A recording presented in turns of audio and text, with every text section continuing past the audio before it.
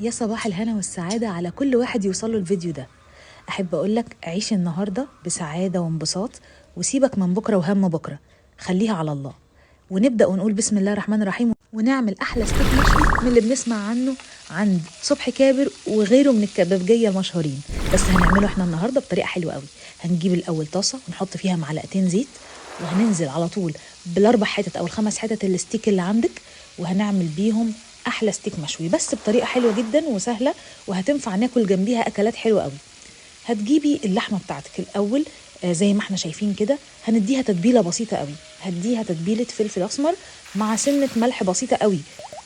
وهبتدي ان انا مش بشويها بقى، انا بشوحها يمين وشمال بحيث انها تاخد اللون اللي انتوا شايفينه، اللون الذهبي الحلو ده، وفي نفس الوقت ما تنزلش العصاره بتاعتها او الميه بتاعتها. هتديها مره كده على اليمين وعلى الشمال. وتعالي هاتي بصلتين حلوين كبار من عندك، وقطعيهم جوانح، قطعيهم بشكل كبير زي ما انت شايفه كده. مش عايزاهم يتقطعوا رفيع، انا مش حابه ان انا لا افرمهم في كبه ولا ان انا اقطعهم مربعات صغير، عايزاهم جوانح او حلوين كده زي او شرايح اللي انت تحبيه. المهم يكون حجم البصله بتاعتي كبير شويه. وهسيبهم شويه وهبتدي ان انا اتبلهم. عندي بقى السبع بهارات، انزلي عليهم سبع بهارات، وانزلي عليهم لو ما عندكش سبع بهارات هاتي معلقه قرفه مع الفلفل الاسمر مع البابريكا، وقلبي ده كله مع البصله بتاعتك. طيب لو في سبع بهارات برضه هتحطي نص معلقه سبع بهارات مع الفلفل الاسمر مع البابريكا مع سنه ملح، لان احنا طبعا حاطين ملح بسيط قوي في الطبخه، فاحط سنه ملح تاني. وابتدي ان انا ارجع ابص بقى على اللحمه بتاعتي. شايفين يعني نشفت شويه معايا، وفي نفس الوقت ما طلعتش الميه بتاعتها، وكل ده وانا لسه ما غطيتهاش خالص، يعني كل ده بشوح فيها وانا مش مغطياها. وهنزل بعد كده بشرايح البصل بتاعي المتبل اللي احنا شايفين احنا حاطين فيه حاجات طعمها هيدي ريحة حلوة قوي للحمة بتاعتي، وفي نفس الوقت البصلة زي ما انتوا شايفين ناشفة، فمش طرية خالص. وابتدي بقى شوحي البصلة مع اللحمة، خليها تاخد من ريحتها قد مثلا 3 دقايق. وعندك بقى هنا قرنين فلفل رومي وقرن واحد حراق، هتنزلي بالثلاثه دول. طبعا اللي مش بيحب الاكل سبايسي ما يحطش الفلفل الحراق. وقلبي برضو وشوحي، كل ما هتحطي حاجه هتشوحي مع اللحمه شويه تاخد من ريحه الاضافه الجديده اللي انت حطاها.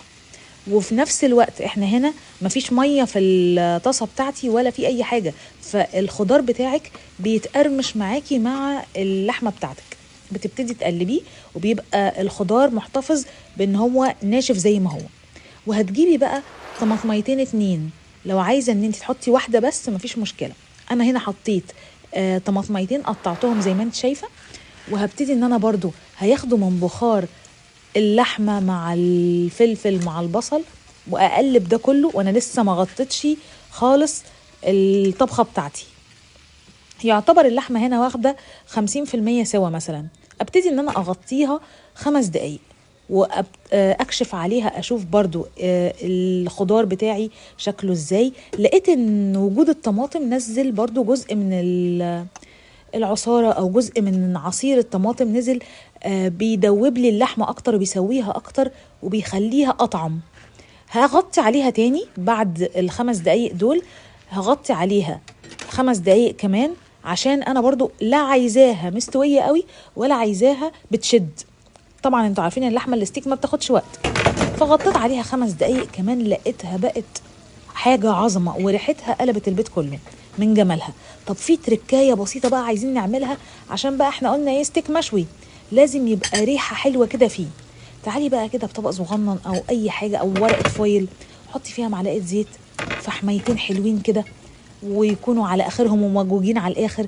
غطي وخدي ريحة الفحم بس من الشوي بتاعك، ولا اكنك بقى حطيتي لحمه على الشوايه ولا تعبتي نفسك ولا اي حاجه.